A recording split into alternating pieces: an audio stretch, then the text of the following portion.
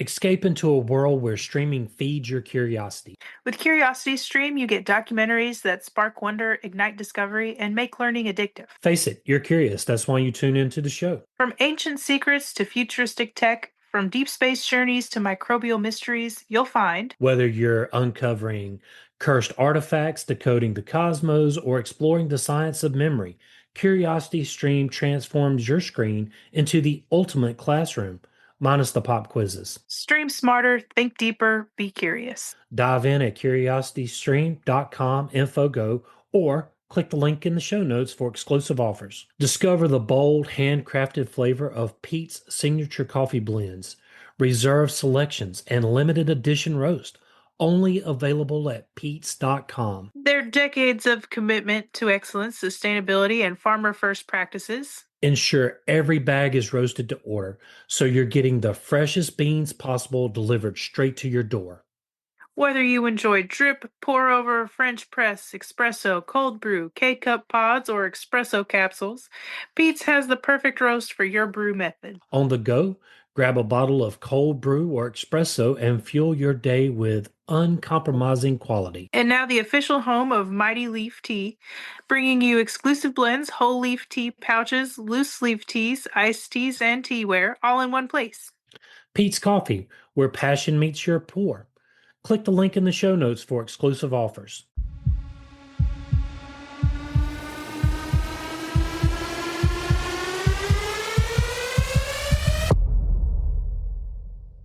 Hi, I'm William.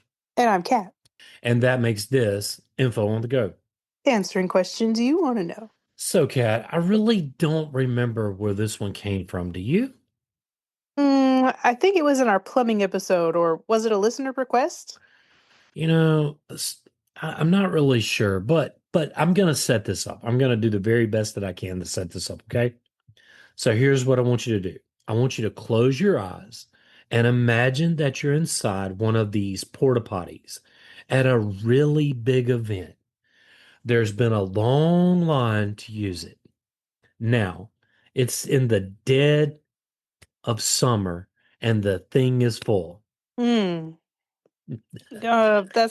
not a very appealing picture. That's not usually what I, listen to meditate, that's for sure. Yeah, I mean, the smell, the pungent smell, oh my The f- gosh. the just cradling over the hole and hope nothing plops.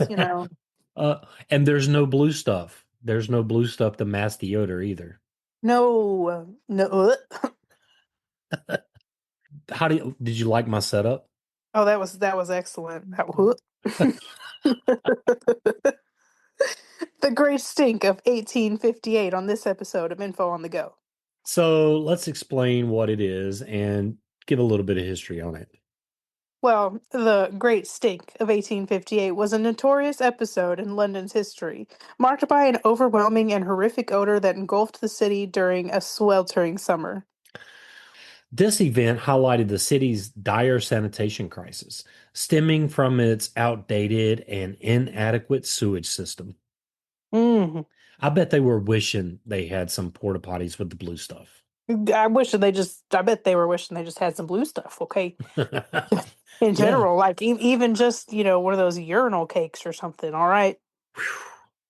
At the heart of the issue was the River Thames, which had effectively become an open sewer, with countless tons of human and industrial waste being dumped into its waters over the years. Oh, wow. This just sounds like... Don't be downriver. Definitely don't be downriver. As the summer heat intensified and rainfall diminished, so let's set the stage here. It's hot. There's no rain coming in to really push this on down the river. Yeah. The waste in the river stagnated and began to rot, releasing foul-smelling gases in the air. Oof. The porta potty ain't looking so bad now. The stench was so severe that it disrupted daily life and even caught the attention of government officials as Parliament itself, located near the river, became almost uninhabitable due to the smell. So this is affecting everybody now. The stench from the River Thames was so unbearable that politicians debated fleeing the city. While parliamentarians debated behind vinegar-soaked curtains, which I'm sure didn't help very much, London's working class families had no escape. So, this is not just affecting the working class. This is affecting the upper class too. But the working class has no escape while these politicians are debating on whether they should leave or not. Yeah. That sounds about right. The working class still had to go to work, and the politicians are trying their best to get away. Crowded into squalid tenements near the river, they bore the brunt of the foul air and contaminated water, living in conditions ripe for disease. Yeah, I wonder what kind of diseases are going to appear here. This isn't even medieval times now. At this point, like we're moved on up past that, and this is still not ideal. No, this is not ideal at all. The Great Stink wasn't just a public health crisis. It was a brutal reminder of class inequality in Victorian England. They soaked curtains in chloride of lime to block the smell, but it barely helped. I mean, Uh, lime-soaked curtains, vinegar-soaked curtains, just to mask the smell. I mean, the smell is still there. some lessons there in life are just taught way harder than others, I guess. Just think ancient Rome had better sewage systems than what London did. Which in 1858, you know what I Yeah. mean? Thousands of years later. The overpowering odor caused apoplectic fits, fainting and vomiting among those who got too close to the river. Even though dock workers were seen retching from the fumes. One woman attempted suicide by jumping into the Thames, but was knocked out by the toxic fumes before she could drown. Think about that. She was knocked out from the fumes before she could drown. That's gotta be so bad. The Yeah. polluted river was a breeding ground for disease, and cholera spread rapidly. At the time, people believed the smell itself called miasma. And we're gonna do a whole thing on that somewhere down the line. And they thought this miasma was responsible for illnesses. I mean, they're not all the way wrong there. Well, no, but still, you know, miasma was Me- pseudoscience. Yes, yes. I mean, it's still a pseudoscience. Um, in Parliament, Disraeli described the Thames as a Stygian pool reeking with ineffable and intolerable horrors, pushing for urgent action. As London expanded during the 17th century, the city's natural waterways, the Fleet and Walbrook rivers, began serving as a dual purpose. Hmm. Initially, they were sources of fresh water, but as urbanization accelerated, they became convenient disposal sites for waste. So basically, they're taking these fresh waterways and dumping sewage into it. Over time, the growing volume of sewage, industrial runoff, and domestic refuse overwhelmed these rivers, transforming them into open air cesspits. Yum. Yeah. Well, and you know the people downriver had to have been getting sick too, and coming up there. Okay, it didn't just happen overnight, right? No, it didn't. This was led up to. Industrial runoff refers to waste and pollutants released into waterways from factories and industrial sites. So they're dumping not only waste in there, but industrial waste as well. Yeah, yeah. London's booming industries discharge chemicals, dyes, heavy metals, and toxic substances directly into the River Thames, worsening its contamination. Without proper regulation, these pollutants turned the river into a hazardous chemical stew, contributing to disease and environmental degradation.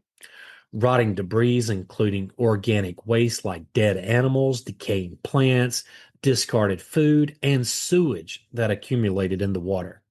And just think it's hot, there's no rain. But I mean, this had to have had a stink way before 1858. Yeah, right. That's what I'm saying. The people downriver had to have been saying something because not only are they dying off, but the animals they're hunting are dying off. I Okay. don't I don't think it became bad until it hit Parliament that hey, we got to do something now because this is affecting us. I'll leave that one alone. I won't say what I want to say there. I'll leave that one alone. In any case, in the sweltering summer of 1858, the heat accelerated decomposition, intensifying the putrid stench that engulfed the city. This led to widespread complaints, forcing the government to act. forcing them at this point because they didn't notice the problem before. To address the worsening pollution, sections of these rivers were gradually covered, effectively repurposing them as primitive underground sewage conduits. Brick construction was employed for these early sewer coverings, marking one of the first organized efforts to manage waste in a city. While rudimentary by modern standards, these enclosed waterways helped contain waste and prevent direct contamination of street level areas. The Fleet River, once a prominent feature of medieval London, became increasingly polluted due to industrial growth. Surprise, surprise. Yeah. The Walbrook River similarly lost its function as a clean water source, promoting authorities to cover parts of it. Although this reduced surface level filth, these rivers turned sewers remained inefficient at managing the city's overall waste problem. By enclosing parts of these waterways, London took an early step toward establishing a formal sewage system, but significant challenges remained. The population continued to grow, waste output soared, and without a comprehensive sewer network, pollution persisted. This set the stage for worsening public health conditions, contributing to repeated outbreaks of diseases such as cholera.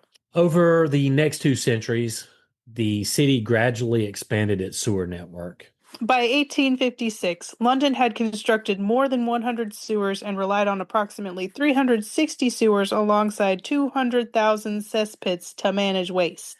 200,000 cesspits. Okay, Mm. all right. Somebody didn't take a vacation to Rome in the Parliament. These cesspits were often hazardous, leaking methane and other gases that sometimes ignited and caused explosions.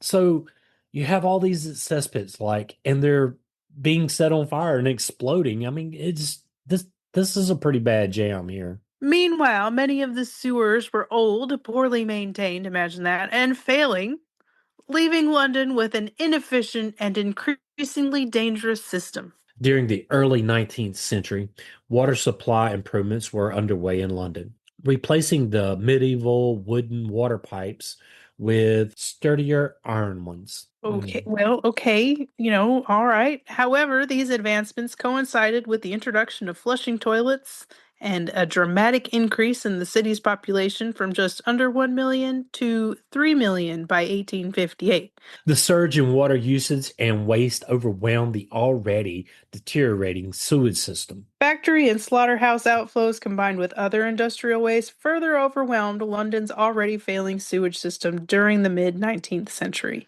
Factories discharged chemicals, dyes, and other toxic byproducts directly into the sewers or rivers, while slaughterhouses contributed animal blood, offal, and remains of all of which found their way into the city's waterways.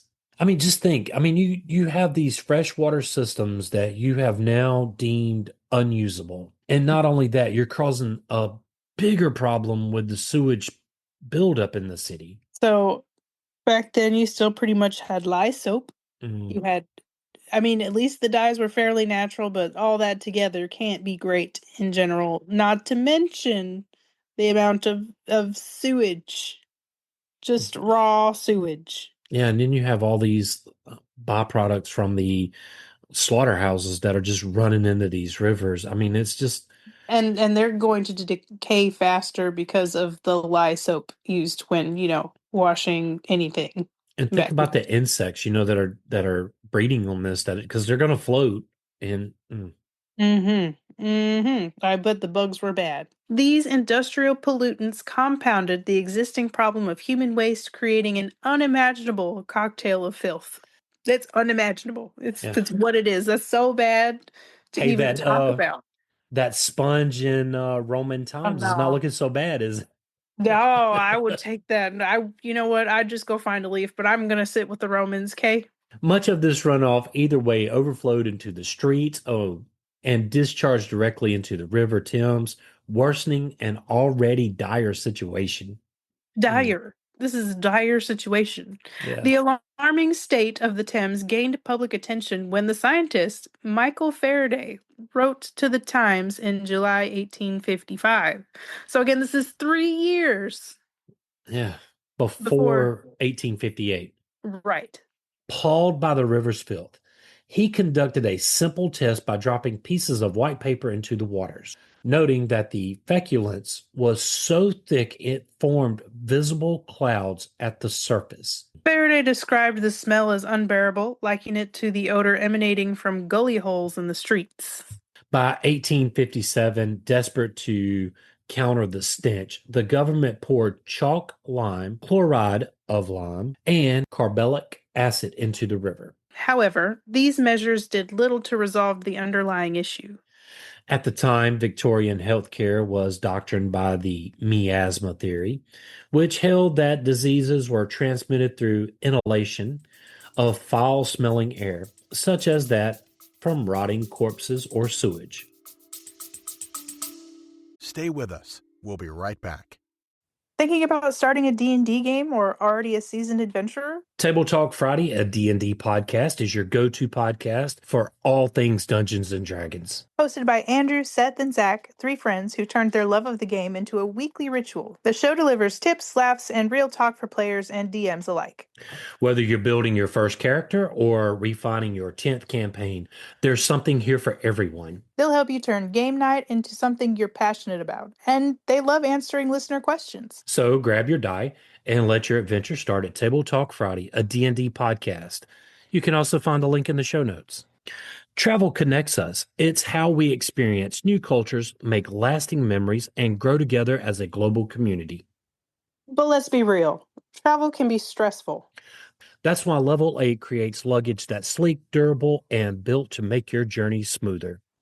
Now is the perfect time to upgrade. Use code LEVEL8INFO10 anytime for 10% off, no expiration, no limits. Level 8 luggage on another level. Find the links and discount codes in the show notes. At TK Books LLC, they don't just write stories, they unleash chaos, creativity, and the eternal clash of good versus evil, with a side of stupid you'll absolutely love. Curious? Check out their podcast and video previews. Get a taste before you dive in. Books, laughs, and a little bit of what did I just hear? Only at TK Books LLC. Visit tkbooksllc.com. It's weird, it's wild, it's worth it. The link is in the show notes. You know, and they're not all the way wrong. Okay? Well, it's not all the way wrong. In this situation, I would agree 100%. Cholera, one of the most feared diseases of the era, was believed to be spread this way. Its rapid transmission and high fatality rates terrified the population. London faced three major cholera outbreaks in the 19th century. The first in 1831, which claimed 6,536 lives. The second cholera outbreak of 1848, it claimed the lives of over 14,000 people. And the third in 1853, which killed 10,738 people. During the second outbreak, physician John Snow observed that cholera fatalities were higher in areas supplied by the Lambeth and Southwark and Vauxhall water companies. In 1849, he published On the Mode of Communication of Cholera, proposing that the disease was waterborne rather than spread through contaminated air. Despite his findings, Snow's theory initially received little attention. Following the third outbreak in 1854, he revisited his research, focusing on the cholera cases in Broad Street, Soho. Snow famously removed the handle from one of the local water pumps, cutting off access to the contaminated supply and leading to a dramatic decline in deaths. Wow, imagine that. Yeah. His investigation revealed that a leaking sewer had contaminated the well from which the pump drew water, providing crucial evidence for the waterborne transmission of cholera. Snow's work ultimately laid the groundwork for modern epidemiology and the understanding of waterborne diseases, challenging the prevailing miasma theory and driving reforms in London sanitation systems. Well, I mean, think about the cholera outbreaks. I mean, if he hadn't done this in 1854, I know there's going to be a cholera outbreak in 1858, but he's already laying the groundwork. So he's already saving some lives before the really bad stuff gets there. The crisis of the 19th century, including the cholera outbreaks and the Great Stink of 1858, underscored the urgent need for a functional sewage system, culminating in transformative infrastructure developments led by civil engineer Joseph Bazalgette. In the 19th century, London's sewer system went through major changes. In 1848, the Metropolitan Commission of Sewers, or the MCS, thanks to social reformer Edwin Chadwick and a royal commission. This new body replaced 7 of the 8 authorities that had managed the sewers since Henry VIII's time, giving one group full control over the city's sanitation for the first time. The Building Act of 1844 required all new buildings to connect to a sewer instead of a cesspool, and the MCS worked to either connect or remove existing cesspools. So they did kind of start, what is that, 15 or 14 years earlier? But I mean, you still have all these cesspools that are there. Right, that are blowing up. To combat the belief that bad smells or miasma cause disease, Chadwick and his successor, John Simon, made sure the sewers were regularly flushed, which unfortunately sent more waste into the Thames. In 1849, John Bazalgette joined the MCS as an assistant surveyor after recovering from health issues caused by overwork in the railway industry. Well, that there is a hard job as well. Yes. He worked under Chief Engineer Frank Foster to create a better sewer plan. When Foster passed away in 1852, Bazalgette took over and continued improving the plans. In 1855, the Metropolitan Board of Works, or MBW, replaced the MCS and took charge of the sewers. By 1856, Bazalgette had finalized his plans.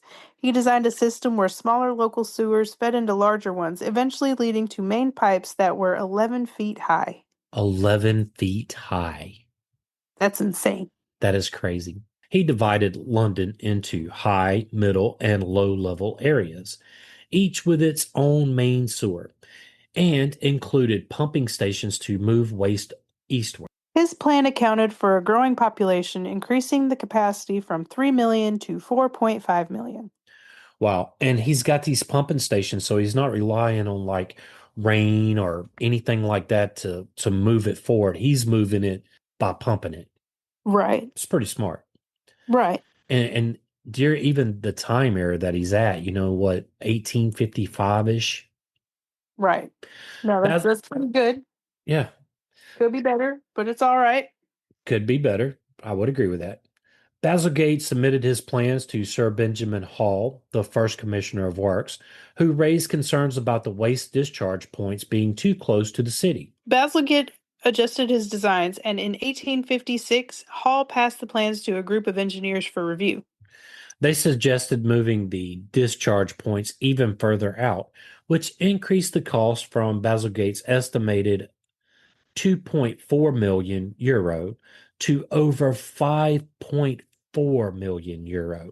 That would be over 230 million euros today. Political changes in 1858 brought new leadership, including Lord John Manners and Benjamin Disraeli, who played roles in advancing the project. These efforts eventually led to the creation of a modern sewer system that transformed London's sanitation. Joseph Bazalgette's sewer revolution wasn't just a feat of engineering, it was a battle against filth that saved London from its own waste. A plus, a big plus. Yeah, that is a powerful statement. That's an understatement, honestly.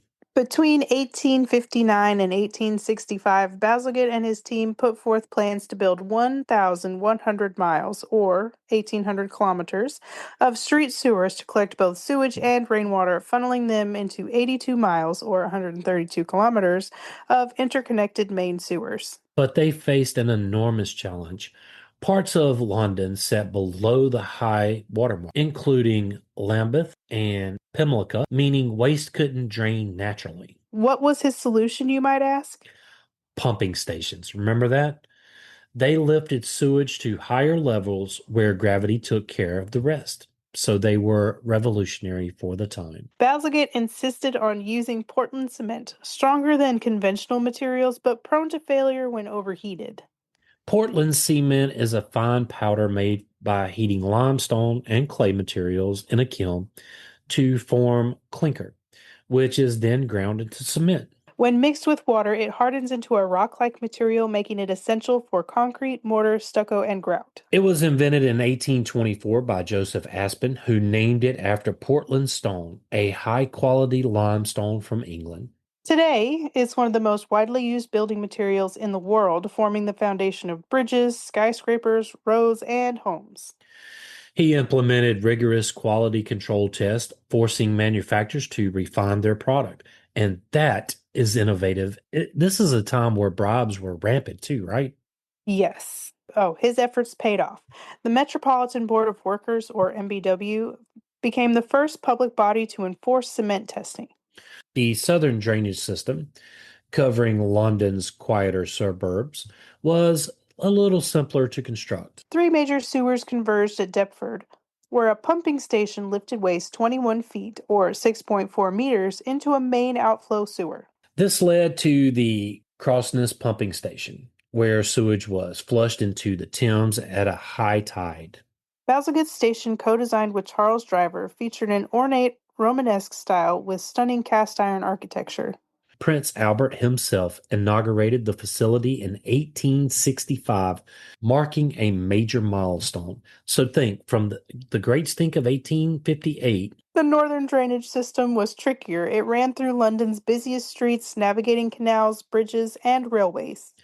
Labor strikes, harsh winters, and freak storms slowed construction. In 1862, flooding from the Fleet sewer burst through an excavation site, spilling into the city and wrecking gas mains. Despite setbacks, the Abbey Mills pumping station lifted effluent 36 feet or 11 meters into the final stretch of Beckton. Bazalgette wasn't just thinking about sewers, he reshaped London's skyline. He built the Victoria, Chelsea, and Albert embankments, reclaiming 52 acres of land from the Thames and embedding sewer pipes inside.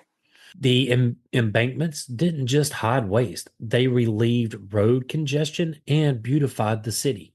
Well, that's a plus. That's a big plus considering what the Thames was doing earlier. Right. The Prince of Wales opened the Victoria Embankment in 1870, solidifying its national importance. By 1875, Bazalgette's 6.5 million pound project was fully operational, and astonishing 318 million bricks and 880,000 cubic yards of concrete formed London's new lifeline. That's insane. That is crazy. But I'm glad somebody was able to fix it. Yes, Bazalgette, the superhero of London in 1858. Not all heroes wear capes, okay? He should, though. He should. He should. And unless we're talking about the Incredibles and then, no capes. Remarkably, much of Bazalgette's design still functions today, over 160 years later. His foresight in overbuilding for a population of 4.5 million ensured that the sewers remain effective well into the 20th century and continue to form the backbone of modern London's waterway systems today. His work earned knighthood, and his sewer network still serves millions today, as it should. For real, like I said, knighthood. Yeah, I mean, I guess that's equivalent of being a superhero, right? That is as close as you're going to get to being a live superhero. All right. However, London continued dumping treated sewage into the North Sea until 1998, when the practice was finally replaced with incineration. In recent years, Thames Water has faced criticism for ongoing sewage discharges, with billions of liters spilled into the river due to aging infrastructure and storm overflows. And so, out of the stench and suffering of the Great Stink, London found its salvation not in quick fixes or desperate cover-ups, but in bold vision and engineering brilliance. John Bazalgette didn't just clean a river, he restored a city's dignity and laid the foundation for modern public health. His sewers became silent sentinels beneath the streets, protecting generations from the diseases that once ravaged entire neighborhoods. The Great Stink of 1858 serves as a powerful reminder. Even in the filthiest of crises, there lies the potential for transformation. It shows what's possible when science, determination, and public responsibility come together. From the reeking banks of the Thames rose one of the greatest feats of civil engineering in history, an act of resilience that continues to serve millions more than a century later. London's sewers may have been born out of desperation, but they endure as a monument to human progress. But hey, before we wash our hands of the Thames entirely, here are some fun facts from its murky depths. You like my little pun? Hmm. Here are some facts other than the Great Stink. In 1252, King Henry III of England received a polar bear as a gift from the King of Norway. The bear was kept at the Tower of London, but was occasionally allowed to swim in the Thames to catch fish. Could you Not imagine sure. going down to the river and be like, oh, there's a polar bear? I'm just trying to picture that very thing. Part of me is like, well, that's kind of inhumane, but I mean, at least they were letting him catch fish. Yeah. Well, I mean, they let Well, him out every once in a while, so. I mean, that's better than some things.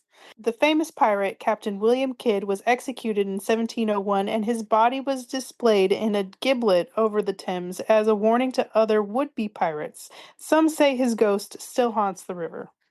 Ooh. According to legend, pigs once fell into the River Fleet, which connects to the Thames, and adapted to a life underground, becoming wild and aggressive sewer-dwelling creatures. I can actually see that. That sounds like stuff of nightmares. That does. Hey, it sounds like an October episode. The Yes. the sewer-dwelling pigs of the River Thames. Or the war pigs. That's what I'm trying to say. That definitely gives a new name to the war pigs. I would agree with that. The river used to freeze over frequently, and Londoners would hold frost fairs on the ice, complete with food stalls, games, and even ice bowling. Hopefully, they were not making snow cones. That is so gross. I couldn't resist. Oh no. Oh, No. I'm sorry. I did it to you again, didn't I'm done. I? So, Kat, that's pretty much all I've got on the Great Stink of 1858. That that was the greatest stink ever. If you would like to support this podcast, tell a friend and help get the word out. If you would like to help us keep the show going, you can do so at Patreon. The link is in the show notes. William and I want to thank you for listening. Yes, thank you. Join the Facebook group at Info on the Go Share with us your show ideas. or ask us a question. Subscribe and follow us wherever you get your podcast. Send us a text using the link in the show notes or leave a review. Email us at, infoonthegopodcast@gmail.com. and yes, that is all one word. We would really love to hear from you. Till next time. Stay curious.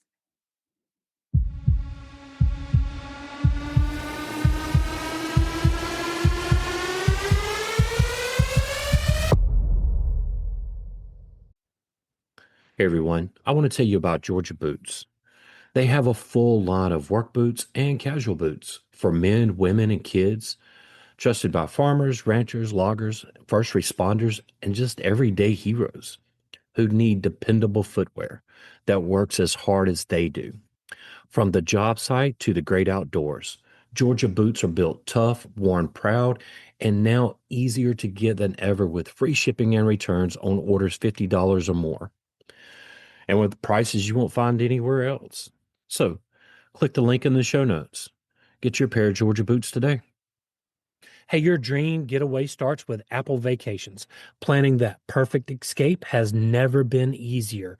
Whether you're craving sun soaked beaches, all exclusive luxury, or family friendly fun, we've got it covered with unbeatable vacation packages to the Caribbean, Mexico, Hawaii, Central America, and beyond. Enjoy exclusive deals, nonstop flights from major cities, and hand-picked resorts that take the guesswork out of travel. From romantic retreats to group getaways, Apple Vacations makes it simple to relax, recharge, and make unforgettable memories. Book with confidence, travel with ease, vacation like never before. Apple Vacations, your getaway, your way. Click the link in the show notes for exclusive offers.